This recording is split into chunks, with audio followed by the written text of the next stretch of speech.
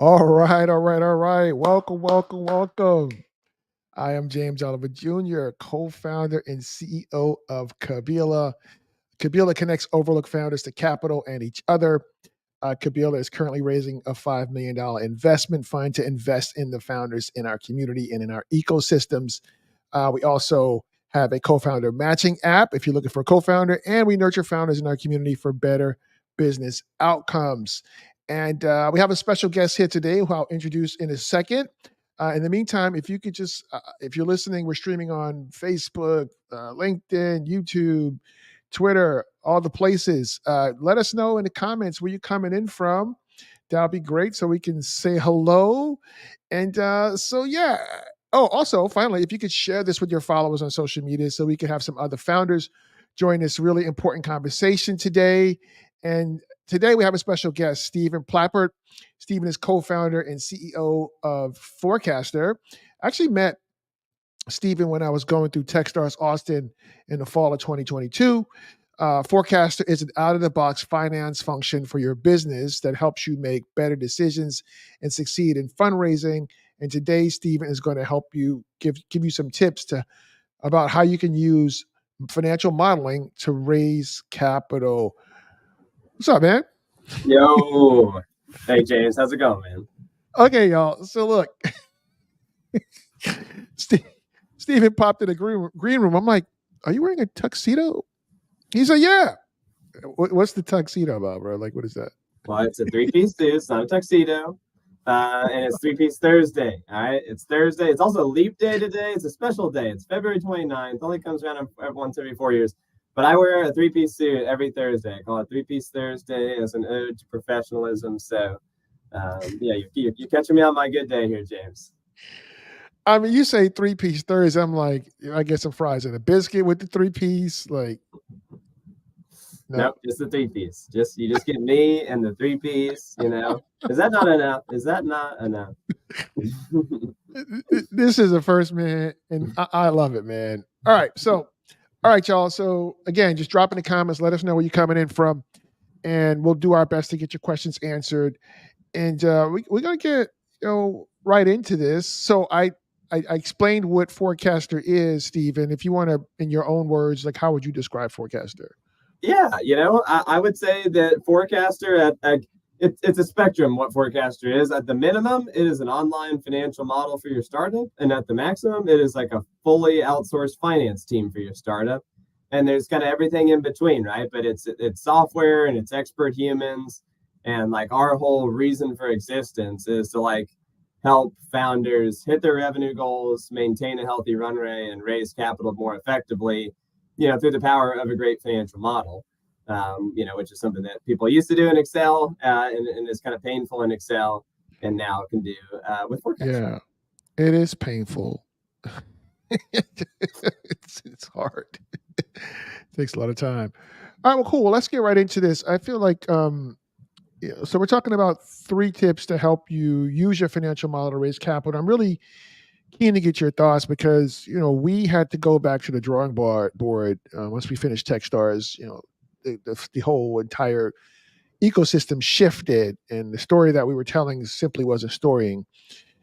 So we basically had to go back to the drawing board with our business model, et cetera, which was the financial model piece of it.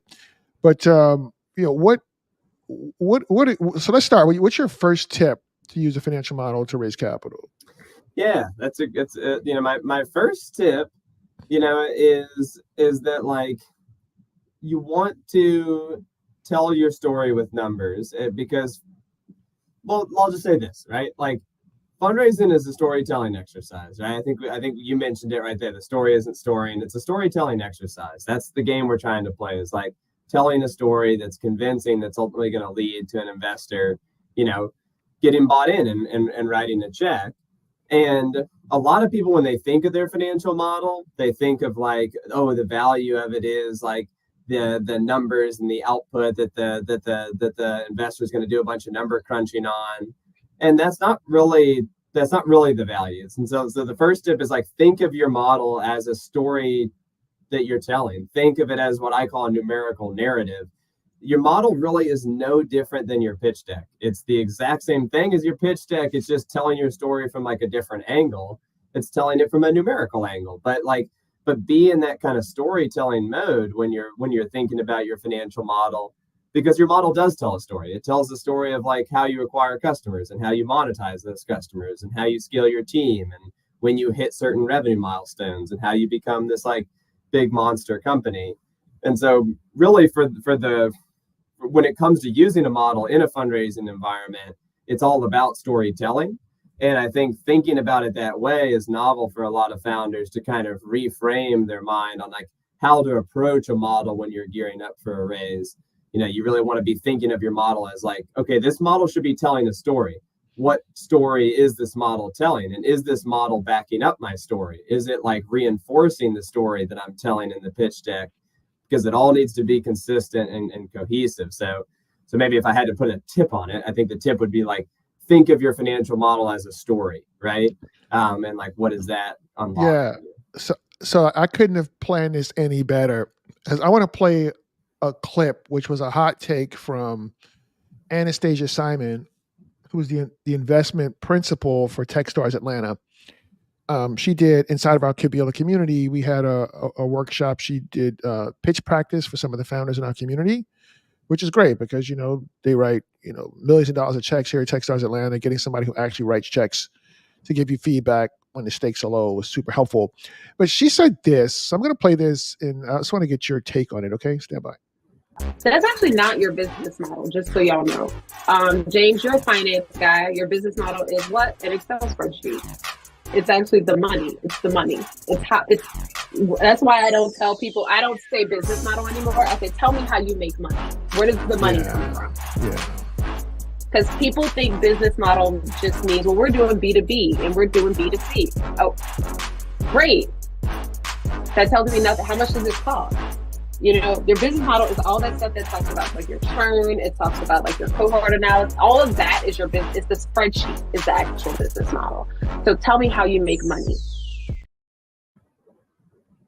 Your thoughts? Yeah, I mean, I think tell me how you make money. That's a great way to phrase it. I mean, that ultimately is, what kind of a business model is all about. That's what your financial model is all about. Is telling that story. Telling the story of like, how do you make money, and not just. And there's two frames of it. There's like, how do you make a single dollar, right? Which is like the kind of what I would say the unit frame of it is like, how does your business work? And then like, how do you make a crap load of money? It's those two questions, right? Yeah. It's like, how does your business work and how does your business scale? Yeah. I think that is ultimately the story that you're trying to tell. I think if you can convince an investor that like you understand how to make a dollar, right? You understand how your business works and how it's going to generate revenue, and you understand and have a plan for how you're going to scale that up to a materially large business, it's highly likely that you'll get funded. Okay. So before you get into your second tip, but if I'm jumping ahead here, just let me know. I'll stand down. But I question, financial modeling is very intimidating. Most people don't even really know what that is. They just know that they got to hire an accountant or a CFO finance person to do this for them. Like I was able to do, our financial model. I have an accounting degree and I have an MBA that's, pretty heavy finance. I'm very comfortable with all that, but because of my ADHD, it actually makes my head hurt. But how does Forecastr, or does it, if at all, help founders who are just like, you know what, I don't know what financial modeling is. Like, how do I do that? Yeah, 100%. I mean, that's why we built Forecastr, really. Like, I mean, that's the experience through which I built Forecastr. Like before, like I started a different Techstars company years ago. I ran it for 3 years through Techstars Austin and failed it in 2016. And then I spent 4 years just like working with a lot of Techstars and other founders, building and managing financial models for them out of Excel.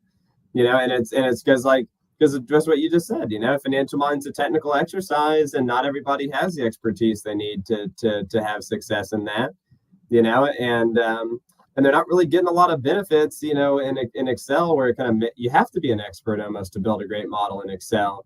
I think that's really what the power of Forecastr is. It's like the software alone just really standardizes the experience. I think it makes it much easier for, a founder that is not a finance expert to actually build a financial model. But that's why we give every single one of our customers a financial analyst. Like we're a human-led business. Like we give everybody a financial analyst that works with them, hand in hand to build their financial model and manage their financial model, so that you do have that expert, because you can't be great at everything. Yeah. So yeah.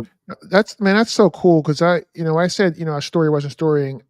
I had to go back, and like Anastasia said, like the business model is the financial model basically in some ways, and I had to go back from the bottom up in the model and figure out at the end of the day if this story is now storying, as I said before. And it's a lot, and I'm just really excited to hear you talk about forecasting in this way, standardizing it, making it easier, and then a financial analyst to help people out. I think that's cool. So again, out there, if you're out there listening or watching, please share this with your friends and followers on social media. If you have a question, please drop it in the comments. We will definitely do our part to get to you. And if you're wondering why in the heck Steven's wearing a tuxedo, he said it's a 3-piece suit, not a tuxedo. He said it's 3-piece Thursday. He wears a three-piece suit every Thursday, and I love it. I'm here for it. Can't make this stuff up. Yeah, I hear 3-piece. I'm thinking like wings and a biscuit, chicken, original, crispy. That's what I'm thinking. Anyway, all right. What's your second tip to use a financial model to raise capital? All right, second tip. So first tip, is like think of your financial model as a story. So kind of like a conceptual tip. Second tip is going to get more into the tactical, and that's going to be tease investors with financial projections. So this is my tip for how to use your model in your pitch deck, because like I said, like your model and your deck, they are just expressions of the same narrative, right? One's more charismatic, one's more numerical. So you want to kind of bring those two things together in the deck, right? Your model should have representation in the deck, and the representation it should have is one slide, a financial projection slide, where you're just putting like an annual summary income statement. So very simple financial information up on the screen is how we like to play it. And you're just teasing the investor with ultimately the output of your financial model. Your financial model is going to spit out a set of financial projections, and you just want to put that annual summarized income statement on a slide, so that you have that output to kind of flash in front of an investor. That's our thesis, because like you ultimately want to signal to an investor in your pitch that, hey, like you're not all sizzle, right? There's some real meat behind the company. Like you've really thought through the company, you have a plan, and you're prepared to communicate that plan to the investor. And just flashing this annual summary income statement, this financial projection slide, it's a really great way to signal to an investor, hey, you've thought through the financial aspect of the company. And it's also a really great way, which will lead us to the third tip, of converting the investor into a secondary meeting. Okay, don't do the third tip yet. Investors. I won't. I'm not throwing the third tip out there. But okay, I'll tell you I love that. So I'm putting this up. Janae said she loves the Thursday looking vibe. It's a raise money vibe here today. Oh my God! Thank you for that comment, Janae. That's fantastic. All right, so you talk about putting that in the deck. 1 year, 2 years, 3 years, 5 years, like 5 years. 5 years. 5 years. 5 years for sure. And at what stage you talking about? You're like seed stage, pre-seed, like any stage, every stage. Gotta be 5 years. 5 years, because when you're pitching an investor, it's important to recall the simple fact that like they're not investing in today's business. They're investing in the future state of your business. And if you can't paint the picture, tell the story of what the future state of your business is, they have nothing to invest in. Like they don't care about your pipsqueak company that's not doing any revenue right now. And they don't even care about my like still relatively pipsqueak company that's doing $2.5 million in revenue right now. They care about the company 5 years from now that's doing $50 to $100 million in revenue. And so you have to signal that point. You have to show that you're thinking that big, if you want to raise VC dollars. What's interesting about that. So here in Atlanta, we do the first Tuesday of every month. We have Tech Tuesdays Atlanta. It's a founder happy hour for tech founders in Atlanta. And so we had David Cohen, Techstars co-founder and Techstars chairman, come through a couple weeks ago and talk about a couple things. And one of the things that he said about the financial model is he said, you might as well call it fantasy.xls. But you're saying to put 5 years worth of projections in a deck. Yeah. And actually those two things aren't conflicting in any way. It is fantasy, but like, so is your vision. So is like, you know what I mean? Like, and what is Stardust, but not bringing fantasy to reality? Like, that's what we do as founders, is like, we fantasize about the future and then we go make it happen. And like, that is what being a founder is all about. And so like, if you don't have a vision, if you don't set a target, you cannot possibly realize that vision. You cannot possibly achieve that target. So like, it's not about knowing the future. You don't know the future. It's about having a plan and having a vision and setting a target and telling the investor, hey, we've got a plan of how we're going to get to this big. Is it going to work out exactly like this? Absolutely not. But like, this is what I'm shooting for. Yeah. So how can people, I assume you just want people to go to Forecastr on LinkedIn to connect with you, or is there another way you would like for people to connect with you beyond this? Yeah, that would be awesome. Like, go to Forecastr on LinkedIn. You can also email me anytime, Steven with a V at forecastr.co. Oh, perfect. I knew you were going to say that. There we go. Oh, right. Yeah. I'm an open book. So I knew you were going to say that. I mean, I'm always down to connect with other founders and help. And I think it takes a village, to build a great company. Right. And we all have our strengths and weaknesses. So it does. All right. Again, so if you're listening out there, just drop us a comment. If you have a question, let us know where you're coming in from in the comments. Please share this with the other founders in your network on your social media channels so other founders can hear this important conversation. So I'm keen to hear your third comment or your third tip, and then I just want to follow up with something else you said a few moments ago. So what's your third tip to use a financial model to raise capital, Steven? Yep. Okay. So first tip was think of your model like a story. The second tip was tease the investor with financial projections. The third tip is make it a strategic conversation. And what that tip is all about is like, when you tease your investor with the financial projections, what you want to do is get them to set a secondary meeting with you where they're going to walk through the financial model. You're going to walk them through your financial model. That's where more storytelling can happen. That's where more trust and confidence can be built. And in that meeting, in that second meeting, that diligence meeting where you're walking an investor through your financial model, the tip is make it a strategic conversation. Because I have done this with lots of founders, and most founders, and like, their intuition is to like talk a lot about the model and all these formulas and get into the weeds, and like tell the investor kind of a lot of unstructured thoughts that they don't really care about. And like, really what you want to do in that meeting, as you want to do in any investor meeting, is like try to surface any concerns or questions the investor has so that you can remove those impediments from investment. And so really, when you're walking an investor through your financial model, you want to just start with a very high level strategic conversation. Like, how do you acquire customers? How many customers are you acquiring now? What are your goals over the next 12 to 18 months, right? It's like goals and milestones, big strategic bets that you're placing, remind them how your business works, like just high level strategic elements like that. And then you want to pause and you want to ask a very important question, which is like, what questions or concerns do you have about customer acquisition? Or what questions or concerns do you have about our monetization, right? So that you can bring those to the surface and start having a dialogue with the investor. That's where you're going to drive investment. And so when you ask a question like that and they give an answer, then you presumably dive into the model and talk about the assumptions underlying the numbers in the model, or no? Oftentimes not. If the conversation warrants that, yes, that there's a lot of context and nuance here. But I tell people, like, when you walk through a financial model with an investor, like, the model is really just an excuse to have a strategic conversation about the numbers. And the model is just like on the screen while you're having these conversations. But a lot of it's just conversation.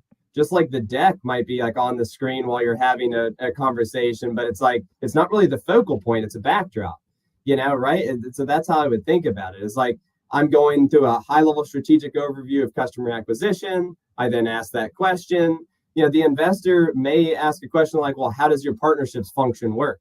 Like, because that's a question that I have. I'm not even really going to dig into the model to answer that question. I'm just going to start talking to them about how the partnership's function works and how many this is customers interesting. we acquire from it. Yeah. So if somebody's a numbers person and they see a bunch of numbers up on the screen in a financial model and they ask you a question, they're going to probably want to dig into. Okay, so my next question. So we're doing like a Zoom, presumably, and the model's up on the screen. Yep. Do you? So I had a question here. Hang on a second. Is your thoughts about sending a financial model to a would-be investor? Yeah, so I never will send a model to an investor before I have that presentation and that walkthrough, but afterwards, always. And I do the same thing with decks. I think a financial model, a pitch deck, these are aids to a story that you are telling. You don't want to be sharing these resources in advance of telling that story. It just shortcuts it, and you lose control. You need to present the deck. You need to present the model, and then share the deck, and then share the model. Yeah. Because you want to control that narrative. You want to color that story before you share it. Yeah, I agree. And so we work with a lot of overlook founders in our community, and that's probably not something most overlook founders are comfortable doing. So most people will say, well, send me your deck, right? So what do you recommend in that case? I know, like, Anastasia said, send them a one page or like an executive summary or something like that. When we were in Techstars, we were using Build Memo, Yep. Which is basically a shortened version of the deck. Build Memo, I believe, just shut down. But like, what do you recommend? Because most people are going to be too scared to tell somebody no, they're not going to send them their deck. Yeah. My recommendation is a very polite and respectful no, and an urge towards the meeting. But if they're very hard on, like, I will not meet with you without this deck, then that's a judgment call you have to make as a founder. If you want someone that persnickety and yada yada, if they're a big name, maybe you do. If not, you don't. It depends on how many leads you have in your funnel, yada yada yada. Yeah. But if you do want to meet with them, and you do want to share the deck over, then I just share a very short intro deck. I never would really advocate sharing the model. And as far as what like a polite and respectful no looks like, it would be more along the lines of like, hey, really, really appreciate the ask. Like, I can totally understand why you'd want to see the deck or why you'd want to see the model. I'm sure you'd get it right away. Mm-hmm. My deck or my model is more of a supporting aid to a conversation. And I think, as you and I both know, it's these conversations that are going to really lead to understanding if this is a good fit for both sides. So I think it's well worth our time to spend 30 minutes and sit down on this. I would absolutely love to do that with you. I have this slot. I have that slot. What works best for you? And then if they come back to that and they're like, look, I get it, man, but like, just sit it to me. Then you got to make the judgment call. Mm-hmm. Yeah, I think this is a really interesting point. I feel like the best conversations I had with investors was when I didn't send them my deck in advance, and we got some funding. That's really good. I would encourage founders to do what Steven said there. I know you're gonna want to just jump to the hoop. Right, here's the hoop. You want to jump through it? Just send the deck. Well, if you just put together a one pager, like an executive summary, send that instead. Yeah. Use that as a teaser, and then walk through your deck in the actual meeting itself. I think that's probably the best approach. You agree? I do, because like, just to hit one more topic on why this is so important with decks and models, like, I think it's important to keep in mind the sheer, like, the funnel of an investor, right? Like, an investor probably will receive maybe 50, maybe 100 different pitches a month. And they might only be able to say yes to one founder, just depending on like kind of their partnership and their fund size and all that kind of stuff. So like, right, they have to say no significantly more than yes. It's sheer survival for them. So anytime they're consuming any resource, they are actively looking for reasons to be out. And if you're not in the room when that active looking is taking place, it's very likely that they're going to form an opinion.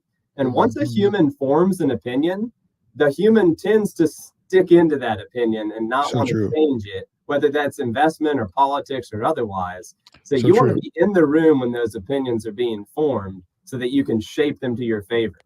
So true, man. So I meant to ask you about this before.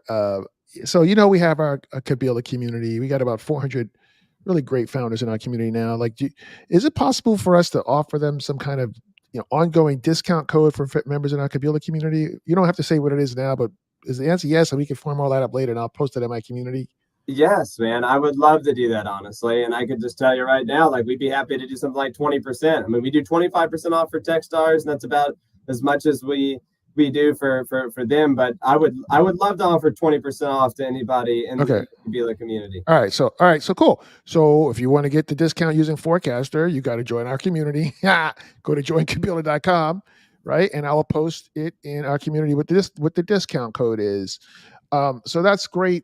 So we have like 4 minutes left. Like, what are a couple mistakes that you see founders make when they're building a financial model, Stephen?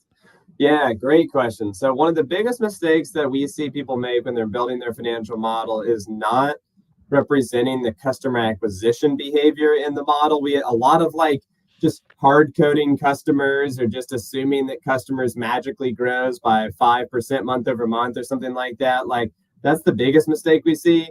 Is like you have to think through, okay, like, what are the channels through which you generate leads, and how do you acquire customers, and like model out the customer acquisition mechanics into the financial model. That's a really critical piece. So I'd say that's number one. Number two, the second biggest mistake I see people make is just making like an annual model. Like, it's not like a monthly model that rolls up to annual. It's just like it's only forecasted on an annual basis, based on like annual growth rates or things like that.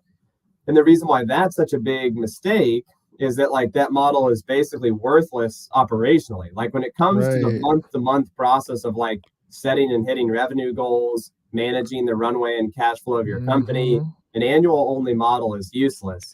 Yeah, so you have no idea, because it might be overall at the end of the year, you might be positive cash flow, but a couple months in there, you might be negative, and then you're done. Yep, exactly. A lot can happen in a year. A lot can happen in a month. Yeah, exactly. Yeah. All right, cool, man. Well, this is great. If you want to connect with Stephen, you could hit him up, email him, Stephen@forecastr.co. So Forecastr.com wasn't available? It was not. Forecastr.com is a scammy betting site out of Europe. Oh, man. So don't play on Forecastr.com. And yeah, no, not available.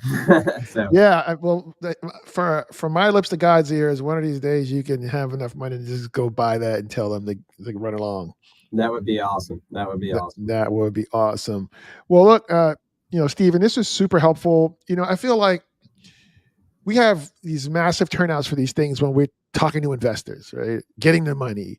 But when we do, so we had a conversation early in the week about 3 legal mistakes that early stage founders are missing, not nearly as well attended, because it's not sexy. Like, working on a financial model, you only think it's not sexy, but if you ever talk to an investor and they're asking you questions about where these numbers coming from, this is super important, because the sexy part is getting to the bag. But if you don't have a financial model and a sophisticated investor wants to talk to you about it, they won't write you a check, most likely.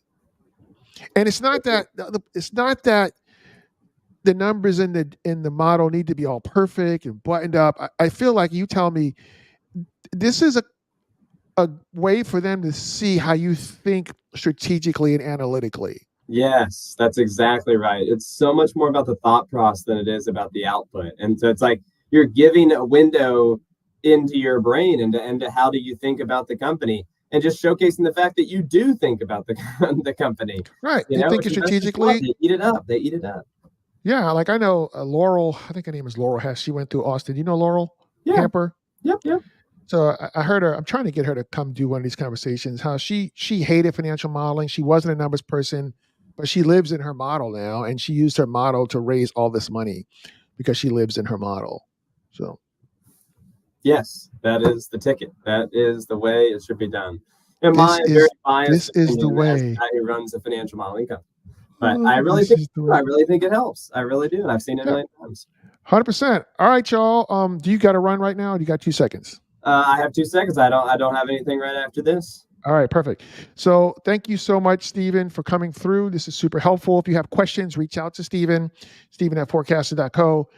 Join our Kabila community. I'm going to post a 20% discount for Forecastr in there. If you don't really know how to do financial modeling from the bottom up with an Excel spreadsheet, or you just want to find an easier way to do it, check out forecastr.co and head into our community at joinkabila.com and get that 20% discount. I'm going to roll this outro video here, my friend, and we're going to be out. Stand by. Awesome.